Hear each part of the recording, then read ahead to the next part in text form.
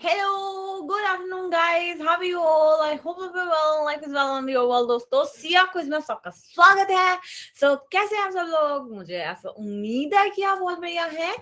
मेरा नाम कृति नागर है. रन में BLB फ्रॉम भोपाल एंड मेरी ऑल इंडिया 339 थी. जब मैंने क्लैट एग्जाम दिया था फिर मैंने सोचा क्लैट पीजी भी कर लेते हैं, LM भी कर लेते हैं. तो मैंने क्लैट पीजी का एग्जाम दिया, उसमें आ गया 495. मैं GNL गुजरात चली गई, वहां से अपना LM किया. आई एम प्लस एजुकेटेड और मैंने यूजी नेट भी क्लियर रखा है. हाय हाय हाय, हेलो हेलो हेलो, कैसे हैं आप सब? सो MSc लॉ एग्जाम का अगर आप सेक्शन में full and mock test series join करना चाहते हैं तो आप अकेडमी का ऐप डाउनलोड कर सकते हैं और उसमें 25 से लेकर 30 मार्च तक ऐप में अपलोड किए गए हैं MSc के मॉक्स. तो आप में से अगर कोई भी उसको देना चाहे तो आप लोग दे सकते हैं. वो फ्री मॉक टेस्ट है तो आप सब लोग एक्सेस कर सकते हैं. तो अगर आप में से कोई भी मॉक टेस्ट देना चाहते हैं तो आप लोग सब दे सकते हैं. लेवल फाउंडेशन बैच क्लैट और 2024 आज से मार्च 30 शुरू है. अगर आप कोई विशमें रोक कर सकते हैं. तो क्लैट पे दो तरीके के सब्सक्रिप्शन होते हैं. एक होता है प्लस, एक होता है आइकॉनिक. प्लस में आपको मिलते हैं निकल best educators, live classes, live test quizzes, structure courses. Iconic में सब कुछ मिलता है. साथ साथ आपको एक मेंटर मिलता है जो पर्सनल आपको हेल्प करता है प्रिपरेशन के लिए, और उसके अलावा 800 प्रायोरिटी मिलती है. तो आप जिस भी बैच में चाहो उसमें एनरोल कर सकते हो. और अगर आपको मेरे पढ़ाने का साल सकता है तो आप मेरा कोड यूज कर सकते हो Kriti for taking 10% discount on academy subscription. तो thank you so much guys अगर आप मेरा कोड यूज करते हैं तो. MSc का क्रैश कोर्स अगर आप बाय करना चाहते हैं सिर्फ और सिर्फ तो अनअकैडमी स्टोर से बाय कर सकते हैं. लॉ में सारे इंटेंसिव बैच है, एलसाइड बैच MSc के लिए, ये भी आप अनअकैडमी स्टोर से बाय कर सकते हैं. वॉरियर्स टॉपर्स बैच है क्लैट 2024 एस्पिरेंट्स के लिए. इसमें मैं लीगल एप्टीट्यूड पढ़ा रही हूँ. ये इस मंथ से शुरू हो रहा है. तो अगर आप कोई भी इसमें करना चाहता है तो आप लोग इसमें एनरोल कर सकते हैं दोस्तों. एक सेकेंड, यस चलिए. हाँ जी सिमरन, बताइए बताइए. स्पेशल क्लासेस फ्री क्लासेस होते हैं अकेडमी आप पे. इंटरैक्टिव लाइव क्लासेस होते हैं. पोस्ट रिजाइन कर सकते हो. नेक्स्ट क्लास नोट्स में जाएंगे और कहीं से कहीं भी क्लास को एक्सेस कर सकते हो दोस्तों. ठीक है, तो चलिए शुरू करते हैं लॉजिकल रीजनिंग क्विज की क्लास को. हेलो हेलो हेलो, कैसे हैं आप सब? Good afternoon. Question number 1 on screen.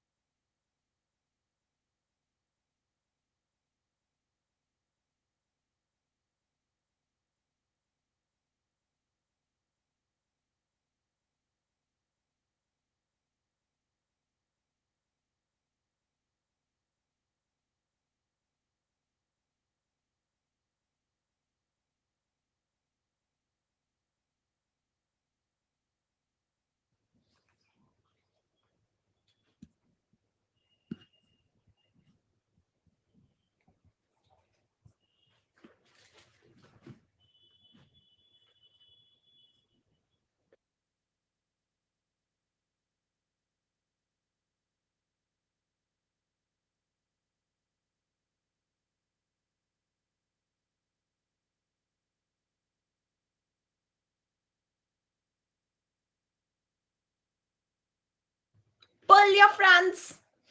चलिए पोल को शुरू करते हैं दोस्तों. ठीक है, इजी पेसी लेमन स्क्वीजी. वैसे तो मोस्टली लोगों ने सही किया है. 60% बच्चों ने. तो देख लेते हैं इसका आंसर क्या है और आपने आंसर क्या लगाया है. Insect infestation is a danger for households in which certain standards of cleanliness are not maintain. ठीक है, इंसेक्ट इन्फेस्टेशन तो बढ़िया चीज नहीं होती है ना. ऑब्वियसली बात है, मतलब कि घर में कॉकरोच घूम रहे हैं तो हमें जिंदगी में थोड़ा सा मतलब ऐसे मतलब we will not like it. ठीक है, तो क्लीनलीनेस मेंटेन नहीं होते तो ही आपके घर में इंसेक्ट आते हैं. ठीक है, जैसे आपके घर वाले आपको कभी कभी बोल देते हैं, है ना. चलिए, so that householders are able to detect such infestation before they become serious enough to pose a danger. The country's sanitation board has emailed a newsletter to all blah blah blah listing these signs that indicate the beginning of are encouraging to check for such signs. अच्छा अच्छा अच्छा. तो बहुत ज्यादा ना बढ़ जाए infestation, इसके लिए जो क्या नाम है इसका, काउंटी सैनिटेशन बोर्ड है, इन्होंने सबको कुछ कुछ चीजें लिखी है कि ये कुछ कुछ साइंस है जिससे पता चल जाता है कि घर में इन्फेस्टेशन होने वाला है. तो आप अपने घर में चेक कर लीजिए, उससे पहले ही कंट्रोल कर लोगे तो बेटर रहेगा. ठीक है, which of the following is the best criticism of the letter. मतलब आपको ये बताना है कि नहीं भाई इस लेटर से कुछ भी नहीं होने वाला है. A, people who do not maintain minimal standards are unlikely to inspect their homes for the early signs of early infestation. इन्होंने क्या बोला कि हम न्यूज लेटर में कुछ कुछ चीजें लिख के भेजेंगे जो कि अर्ली साइंस है, जो बताया होता है कि भाई ऐसा ऐसा होएगा. तो इन दैट पर्टिकुलर केस अगर जिन ए ऑप्शन ये बोल रहा है कि भाई जो मिनिमम स्टैंडर्ड ऑफ क्लीनलीनेस रखते ही नहीं है वो इंस्पेक्ट क्यों करेंगे अपने घर को, तो यहाँ पे ए इज एब्सोल्युटली करेक्ट कि भाई लेटर तो तुमने भेज दिया पर लेटर से कुछ होने नहीं वाला, लोग उसमें एक्ट ही नहीं करने वाले हैं, तो इसलिए ए इज द करेक्ट आंसर दोस्तों। ठीक है नितिश यू, ओहो हो अच्छा अच्छा अच्छा, तुम्हें चैट बॉक्स में सिर्फ और सिर्फ कॉकरोच की फोटो देख के यू हो जाता है, साउथ दिल्ली से हो क्या आप हैं? चलिए कोई बात नहीं Anushka, thank you so much. B, एक मिनट में बाकी ऑप्शन बता दूं, sorry. Once an insect infestation is known to exist the steps taken to eliminate such an infestation vary according to the species. तो ये तो बता रहे हैं ना कि आपको पता चल गया है तो अब हम स्टेप्स ले रहे हैं टू एलिमिनेट, अलग अलग हो सकते हैं पर हम स्टेप्स तो लेंगे ना, तो ये वीकेंड कैसे कर रहे हैं उसके पॉइंट को, newsletter was sent to blah blah blah blah blah blah blah, तो ठीक है उससे कोई फर्क नहीं पड़ता है। सी ऑप्शन ये नहीं बता रहा कि क्यों ये ट्रिक काम नहीं करेगी सेंडिंग द लेटर।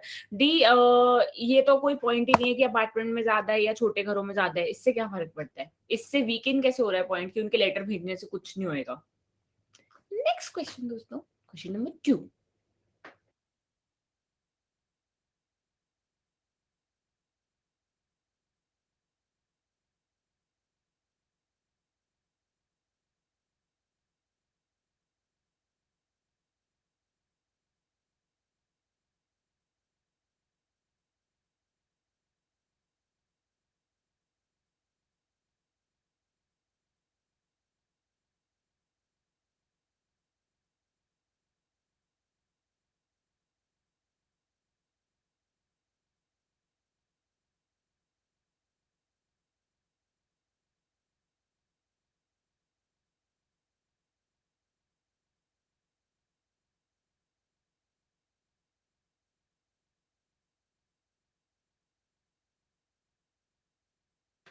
आज भी आप लोगों की छुट्टी थी क्या?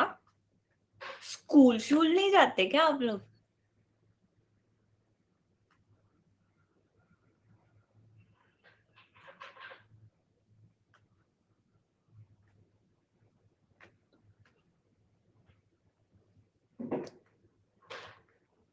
अच्छा, starting the poll guys, easy peasy le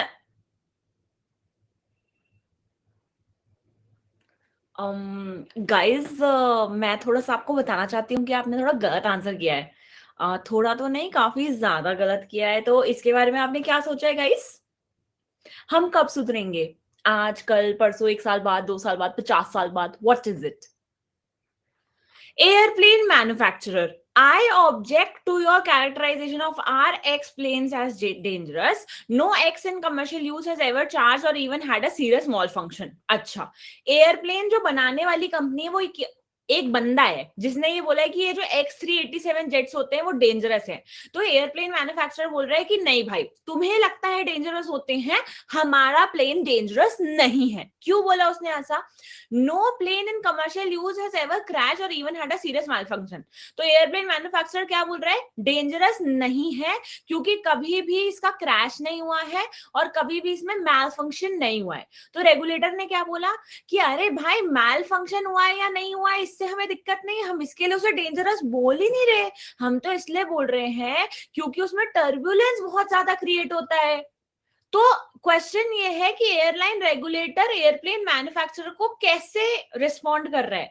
airplane manufacturer ने क्या बोला? डेंजरस नहीं है क्योंकि ये दो चीजें नहीं होती। एयरलाइन रेगुलेटर ने क्या बोला कि अरे ये दो चीजों से थोड़ी सिर्फ डेंजरस होता है, और भी चीजें होती हैं। तो what kind of response is that? He is saying कि उसकी जो एयरप्लेन मैन्युफैक्चरर की जो डेफिनेशन ऑफ डेंजरस है वो बहुत छोटू है। A, characterizing the manufacturer's assertion as stemming from a subjective interest rather than from ये क्या है? ये क्या है? वो ये ए ऑप्शन ये कह रहा है कि मैन्युफैक्चरर को हम सब्जेक्टिव इंटरेस्ट की निगाहों से देख रहे हैं, ऑब्जेक्टिव इवैल्यूएशन नहीं कर रहा वो। यहाँ तो ना सब्जेक्टिव हुआ है ना ऑब्जेक्टिव हुआ है। उसने ये कहाँ बोला कि ये उसकी खुद की ओपिनियन है या पूरी दुनियाओं की ओपिनियन है? तो ए तो आंसर नहीं हो सकता। B, drawing attention to the fact that the manufacture interpretation of the word is too narrow. यही तो वो बोल रहा है कि तुम तो सिर्फ यही दो चीजों के हिसाब से डेंजरस कंसिडर कर रहे हो, मैं तो टर्ब्यूलेंस के हिसाब से डेंजरस कंसिडर कर रहा हूं। तो वो ये कहना चाह रहा है ना कि भाई तुम्हारी डेफिनेशन ऑफ डेंजरस में सिर्फ दो ही चीजें क्यों आ रही हैं? तो बी ही तो होगा आंसर, इसको गलत क्यों कर दिया, क्या सोच रहे थे? C invoking evidence that the manufacturer has explicitly dismissed as irrelevant, उसने ये कब बोला कि तुम इररिलेवेंट हो या तुम जो कह रहे हो वो गलत है? उसने तो ये बोला कि भाई वो सिर्फ दो चीजें नहीं होती हैं, और भी चीजें होती हैं। साइटिंग स्टैटिस्टिकल डेटा, स्टैट्स का है यहाँ पे, all 10 out of 10 planes were crashed, stats कहाँ है स्टैट्स भाई शशांक? स्टैटिस्टिकल डेटा क्या होता है? नंबर वंबर कहीं लिखे होंगे, कहाँ लिखे हुए हैं? तो डी तो बिल्कुल भी नहीं हो सकता। चलिए नेक्स्ट क्वेश्चन दोस्तों,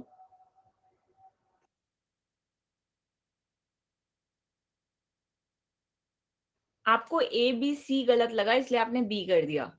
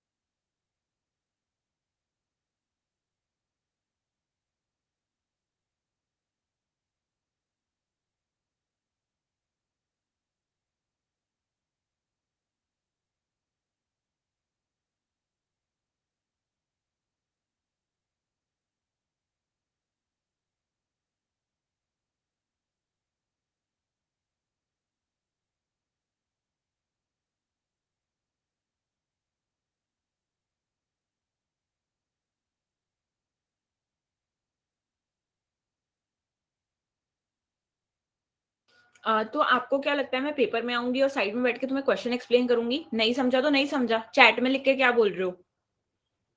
मैं भी समझने पे टाइम लगाओ ना।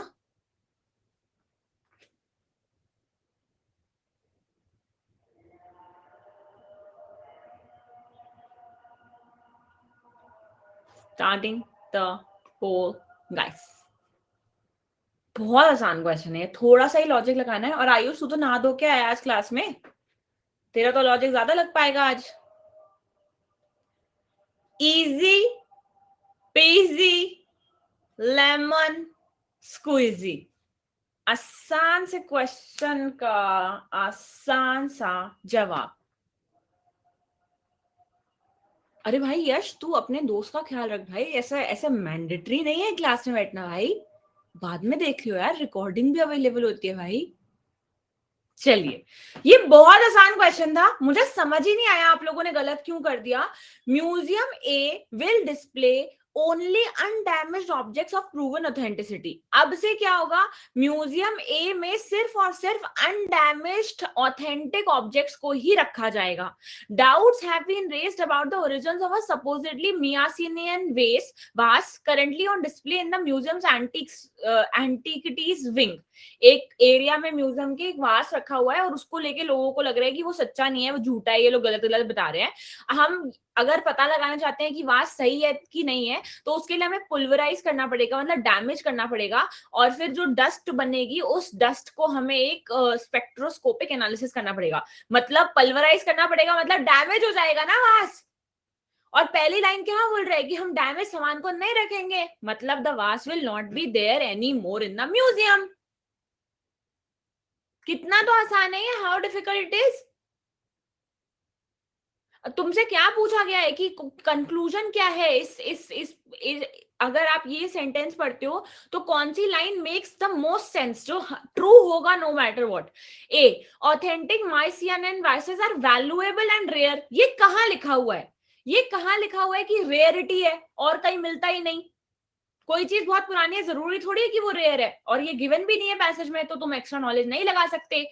B, museum A has been beset with questions about the provenance of many of the items। अच्छा अच्छा, घर आके बताया तुम्हें डायरेक्टर ने कि बहुत सारे आइटम्स को चैलेंज किया गया है, सिर्फ एक ही वास तो चैलेंज है इन द पैसेज। तुमने कैसे बी कैसे लगा दिया शशांक? बी कह रहा है कि बहुत सारे आइटम्स की ऑथेंटिसिटी को चैलेंज किया गया है। कहाँ दिखा बेटा तेरे को ऐसा है? उस म्यूजियम के सीईओ ने आपको मिलके बताया है? अब ये मत बोलना सीईओ नहीं होते, मैं सरकास्टिक हो रही हूँ, ठीक है? सो बी भी नहीं हो सकता। C, the vase in question will no longer be displayed in museum A. अरे फर्स्ट लाइन है अनडैमेज्ड ऑब्जेक्ट्स रखेंगे, लास्ट लाइन है कि ये जो पर्टिकुलर वास है इसे डैमेज कर दिया जाएगा, मतलब ये वास यहां नहीं रहेगा। लॉजिक लॉजिक लॉजिक, ऐसे ऐसे फ्लो किया। D, spectroscopic analysis has revolutionized revolutionized the forensic investment। ओ तुमको कैसे पता? रिवॉल्यूशन लेके आए हैं यहाँ पे, वॉरे खेल रहे हैं अपन, कुछ भी जो इंफॉर्मेशन गिवन भी नहीं है पैसेज में वो कैसे लगा सकते हो? बी मैनी हो सकता है ना, क्योंकि म्यूजियम बहुत अजीब होते हैं। शशांक, तुम्हारे हिसाब से जो अजीब होता है अजीब नहीं होता है, आंसर वो नहीं होता बेटा। यहाँ पे आप सोनपरी नहीं खेल रहे हो। जो पैसेज में इंफॉर्मेशन गिवन होती है सिर्फ उसके बेसिस पे आंसर कर सकते हो, अपना दिमाग नहीं लगाना होता है। सी ही तो। Anshika, what is wrong with you? मैंने ये बोला कि अब से मेरे घर में अनडैमेज्ड ऑब्जेक्ट्स ही रखूंगी मैं। फिर मैंने ये बोला कि यार ये बॉटल की ऑथेंटिसिटी पता नहीं, ये बॉटल सही है कि नहीं, इसे पानी पीना नहीं पीना चाहिए, तो इसको डैमेज करके मेरे को देखना पड़ेगा कि ये पानी की बॉटल सही है या नहीं है। तो इसका कंक्लूजन क्या होगा? क्या होगा अंशिका इसका कंक्लूजन? कि वी डोंट नो, मतलब अब से this bottle will not be there in the house, क्योंकि मैं ये बॉटल डैमेज कर दूंगी ना। और मैंने अभी बोला कि अनडैमेज ही रखूंगी, तो सी ही तो होगा ना आंसर। क्यों इतना आपको सोचना पड़ रहा है इतने आसान क्वेश्चन में? चलिए नेक्स्ट क्वेश्चन।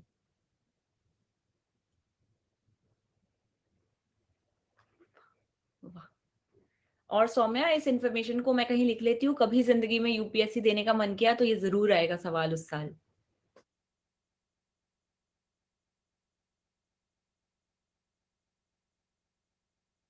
शशांक, तू मेरी बात नहीं समझ रहा है भाई, तू मुझे समझ, मुझे तुझे समझने की जरूरत भी नहीं है, मैं टीचर हूं। जितनी इन्फॉर्मेशन पैसेज में गिवन होती है उतनी ही लगानी होती है। तुम ये सब नहीं लगा सकते कि वो म्यूजियम तो अजीब होते हैं, म्यूजियम में ये होता है तो ऐसा होगा ही होगा। पैसेज में अगर नहीं गिवन तो नहीं होता म्यूजियम में ऐसा। चलिए next question guys.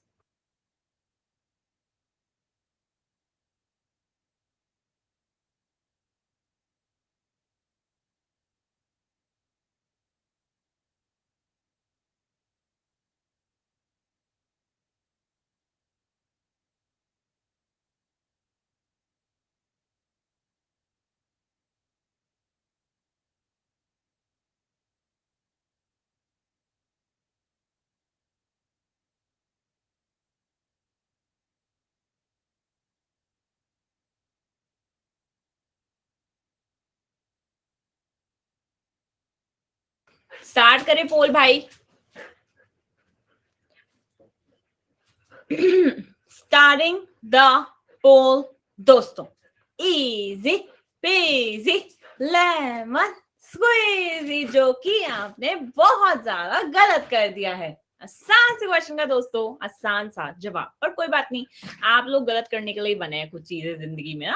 For 5 years the amount of damage to trees caused by black diamond owls in Redfern National Park rose by 10% or more annually.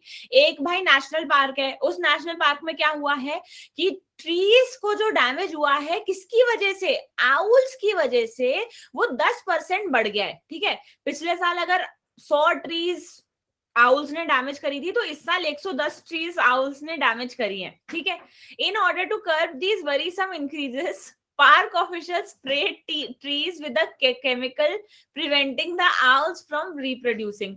और ये जो इंक्रीज हुआ है इसको कम करने के लिए पार्क ऑफिशियल्स ने क्या किया है, ट्रीज को एक केमिकल, ट्रीज पे केमिकल डाल दिया है जिससे आउल्स रिप्रोड्यूस ना कर पाए।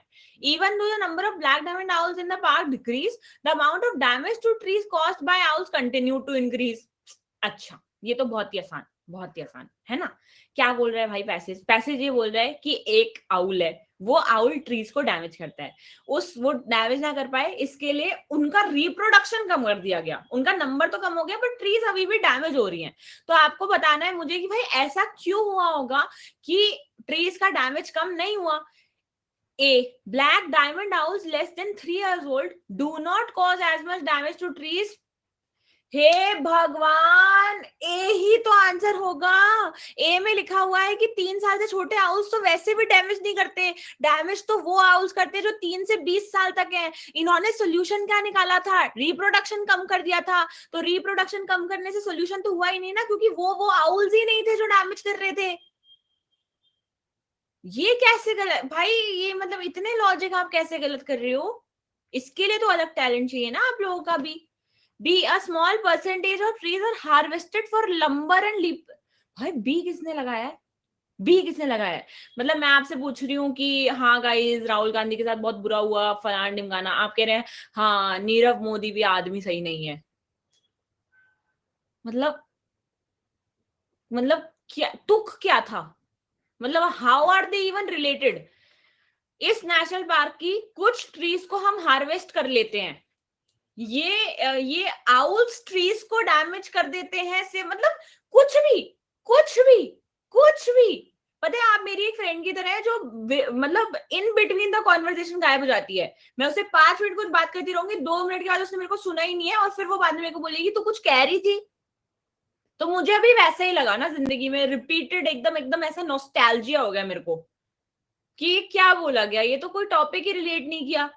सी, black diamond owls are capable of reproducing at a rate greater than that of most other birds. अरे पर तुम पॉइंट ही नहीं समझ रहे। पॉइंट है कि पेड़ क्यों अभी भी डैमेज हो रहे हैं, पॉइंट रिप्रोडक्शन था ही नहीं। D, in addition to spraying trees park official place nets designed to capture black diamond owls. तो ये तो उनका दूसरा तरीका है ना, इन्होंने कुछ और किया। लेकिन मुझे तो ये बताना है कि इनका रिप्रोडक्शन रोकने से भी पेड़ क्यों अभी भी डैमेज हो रहे हैं, पॉइंट ये था। सुनो, आपके घर का अगर आपको मक्खन खत्म करने का बहुत शौक है तो आप कर सकते हैं, मुझे कोई प्रॉब्लम नहीं है, लेकिन फिर आपके घर वाले आपको पीटेंगे मारेंगे तो आप मुझसे मत कहिएगा। चलिए, no Ashwini, no no no.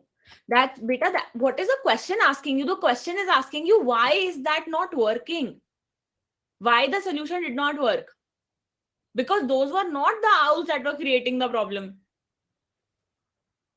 एक प्रॉब्लम है, प्रॉब्लम का सोल्यूशन दिया गया फिर, लेकिन उस सोल्यूशन से कुछ हुआ नहीं, तो आपको बताना सोल्यूशन ने वर्क क्यों नहीं किया। रिप्रोडक्शन हो रहा है या नहीं होना है, हो रहा है, ये थोड़ी बताना था। चलो नेक्स्ट क्वेश्चन गाइस, लॉजिकली सोचा करो ना।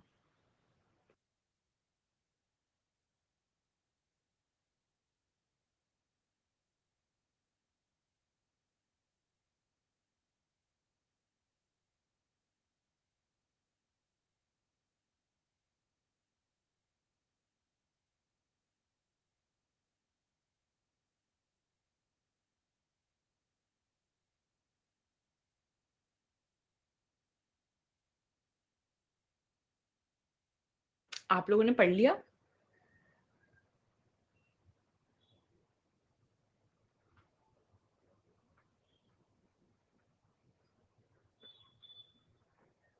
All right, starting the poll guys.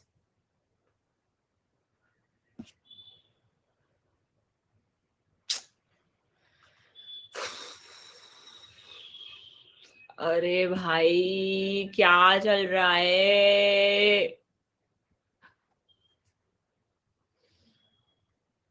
An unknown simian virus recently killed off nearly half the human population of a remote jungle town. ये एक जंगल है, इसमें कुछ लोग रहते हैं, इन लोगों में से आधे लोगों को एक वायरस ने मार डाला। Because the disease spread at an alarming rate, victims usually exhibited signs within 8 hours of exposure. Many died within 36 hours. 8 hours के अंदर अंदर लोगों की symptoms दिख गए थे, 36 hours के अंदर अंदर लोग मर गए थे।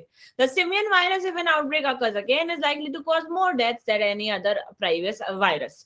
और अगर ये फिर से आया तो बहुत सारे लोग मर जाएंगे। ठीक है, तो मतलब मैं क्या कहना चाह रही हूँ कि कोविड-19 में बहुत सारे लोग मर गए, अगर कोविड जैसा कुछ फिर से आया तो बहुत सारे लोग फिर मर जाएंगे। Which of the following pieces of information calls into question the validity of the conclusion? मुझे इस conclusion को वीकन करना है किस कंक्लूजन को, कि अरे भाई बहुत सारे लोग फिर से मर जाएंगे, मुझे बताना है नहीं मरेंगे भाई फिर से। A, the Zairean strain of the Ebola virus has a mortality rate of nearly 75%। तो ये तो रैंडम इररेलेवेंट इंफॉर्मेशन है ना, दूसरे वायरस पे क्यों पहुंच गए अपन। B, the village in which the outbreak of the unknown occurred is located in a country that has had several outbreaks in the last 2 decades. तो बी क्या बोल रहा है कि इस कंट्री में पहले भी बहुत आउटब्रेक्स हुए हैं, तो इससे ये पॉइंट कैसे वीकन हो रहा है कि सिमियन आउटब्रेक से लोग नहीं मरेंगे। क्यों, बी किसने लगाया। सी, viruses that have very little time to incubate before destroying their host and not to lead to widespread epidemics because quarantine are put in place before the disease can spread। अरे भाई सी है ना answer, सी बोल रहा है कि ऐसे viruses जो बहुत कम टाइम में दिख जाते हैं उन लोगों को क्वारंटीन कर दिया जाता है तो वो एपिडेमिक बन ही नहीं पाते। तो सी वीकन कर रहा है ना कंक्लूजन को, कंक्लूजन बोल रहा है कि ये फिर से आया तो भाई पूरी दुनिया खत्म हो जाएगी। सी ऑप्शन बोल रहा है नहीं होगी क्योंकि हमें पता चल जाएगा किस किस को है, हम क्वारंटाइन में डाल देंगे। सो सी इज करेक्ट। समझे क्यों भाई मोहम्मद आपको सबके साथ दोस्ती करनी है। चलिए नेक्स्ट क्वेश्चन।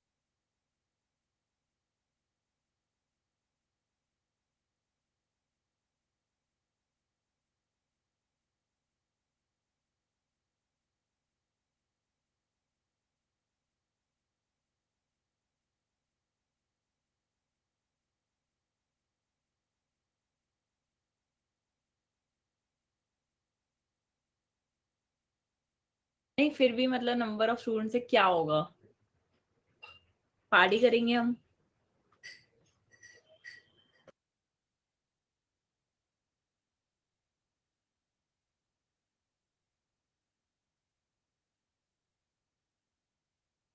ये आखिरी क्वेश्चन है फिर लीडर बोर्ड ही देखेंगे।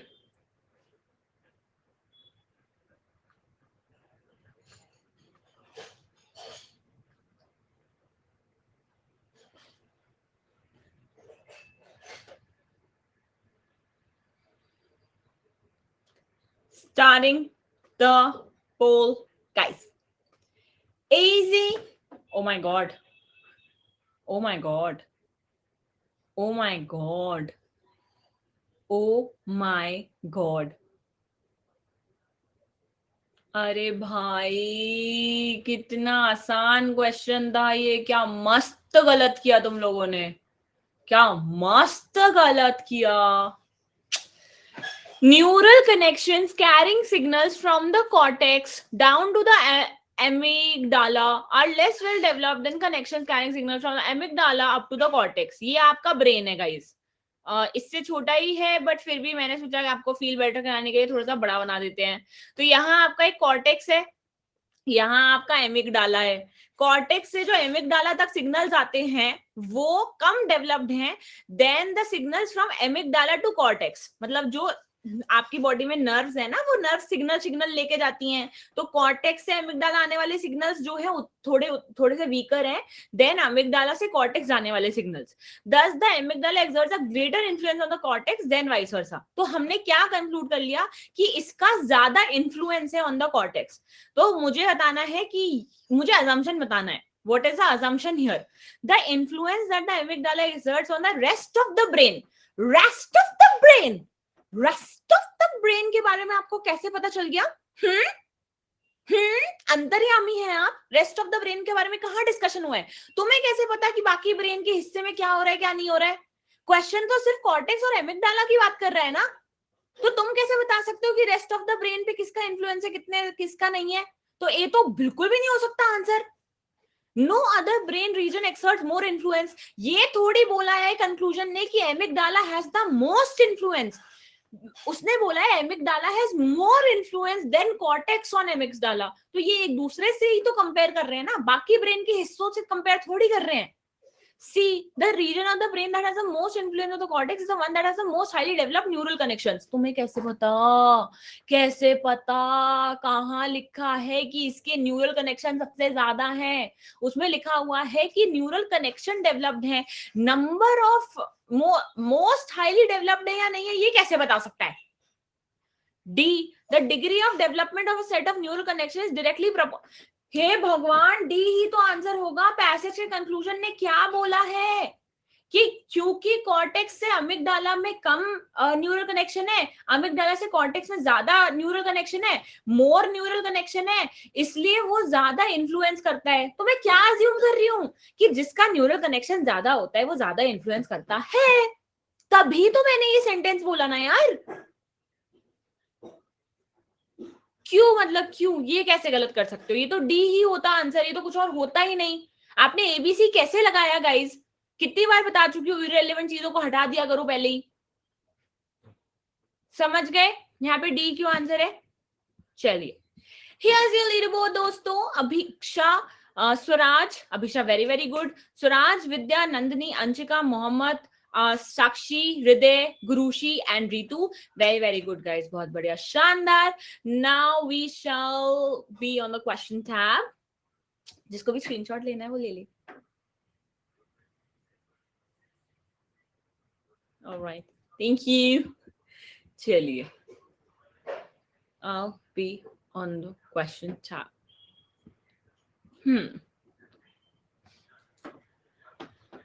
All right. During this, not liable for nuisance. Scarcity of onions है, scarcity of onions है, इसलिए extraordinary circumstances है, इसलिए liable नहीं है, इसलिए B करेक्ट है बेटा कनिष्क का आंसर, वरना A होता। अगर scarcity नहीं होती तो A होता answer. IFCI not a very good option. Please choose it only as your last resort. MNCT वगैरह भी नहीं होता है तो।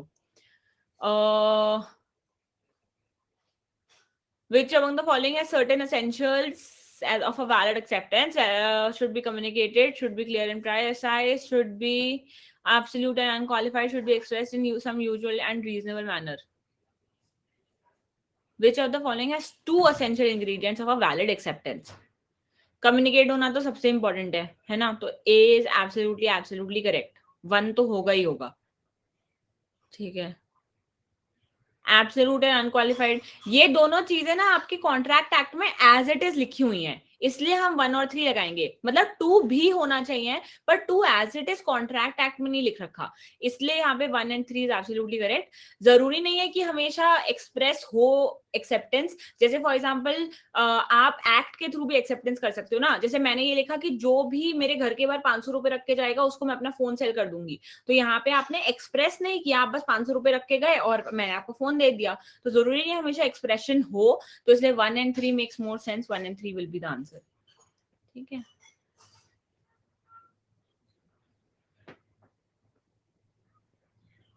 Pizza delivery person drinks order even though he didn't order, he sees the pizza and eats. This is an example of quasi contract. बिल्कुल सही, A is absolutely correct. Quasi contract वो contract होते हैं जो कि आपके और सामने वाले पर्सन के बीच में फॉर्म हो जाते हैं, इवन दो आपने कभी भी एक्सप्रेस नहीं किया था idea to form a contract. तो ये ऐसा कॉन्ट्रैक्ट है जहां पे आपको किसी का सामान मिल गया है, आपको कोई चीज का फायदा हुआ है और आपने उसको यूज कर लिया, तो आपके और सामने वाले पर्सन के बीच में कॉन्ट्रैक्ट डेवलप हो गया है, आपको उसका पैसा उसे देना पड़ेगा।